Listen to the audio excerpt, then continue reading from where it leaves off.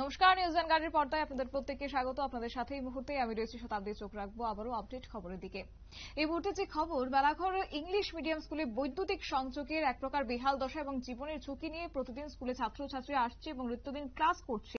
তাতে করে যে কোনো সময় ঘটতে পারে বড় ধরনের দুর্ঘটনা। সরকারের পক্ষ থেকে শিক্ষা ব্যবস্থা উন্নয়নের জন্য বহু অর্থ ব্যয় করা হচ্ছে, কিন্তু তাতে করে তার সঠিক প্রতিফলন কিছুই ঘটছে না। এমন একটি স্কুল রয়েছে এবার মেলাঘর ইংলিশ মিডিয়াম স্কুল, এবং সেক্ষেত্রে মেলাঘর ইংলিশ মিডিয়াম স্কুলের প্রতিটি রুমে বিদ্যুৎ পরিষেবার বেহাল অবস্থা। কেননা প্রতিটি রুমে বৈদ্যুতিক সুইচ বোর্ডগুলি ভাঙা এবং ছিন্ন অবস্থায় রয়েছে। যে কোনো সময় বড় ধরনের দুর্ঘটনার শিকার হতে পারে স্কুলের ছোট বড় সকল ছাত্রছাত্রীরা। স্কুলের দুটি রুমের বৈদ্যুতিক সুইচ বোর্ডগুলি এতটাই ভাঙা যে প্রাথমিক বিভাগের কচি কাচাদের ভয়ে রুম দুটিকে বদ্ধ করে তাদেরকে অন্য রুমে পড়াতে হচ্ছে।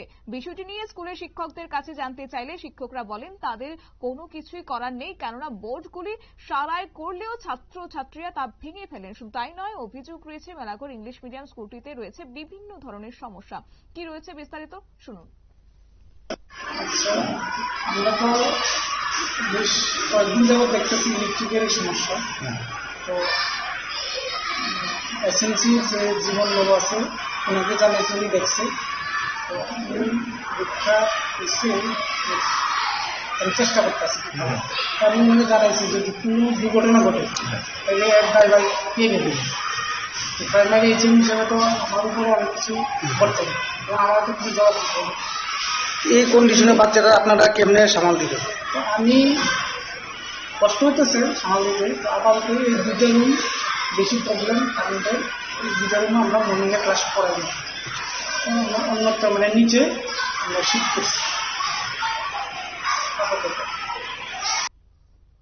আপনারা শুনলেন তাদের বক্তব্য। এবং এই মেলাঘর ইংলিশ মিডিয়াম স্কুলের যে বিভিন্ন সমস্যা তার মধ্যে উঠে আসছে শিক্ষক স্বল্পতা, এবং তাই নয়, পাশাপাশি রয়েছে বিভিন্ন ধরনের সমস্যা, যেমন মিড ডে মিলের হিসেব, এমনকি ছাত্রছাত্রীরা তাদের যে মিড ডে মিল খাবার খেতে হয় স্কুলের বিভিন্ন প্রান্তে দাঁড়িয়ে, নেই কোনো সুবন্দোবস্ত। এবং স্কুলের বিভিন্ন বিষয় নিয়ে আজ জানতে চাইলে মুখ খুলতে নারাজ স্কুল কর্তৃপক্ষ।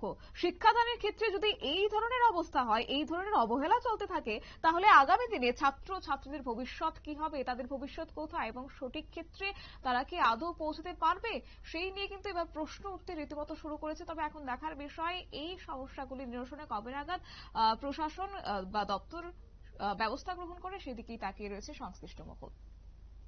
নিয়ে নিচ্ছে ছোট একটি বিজ্ঞাপন বিরতির সঙ্গে থাকুন।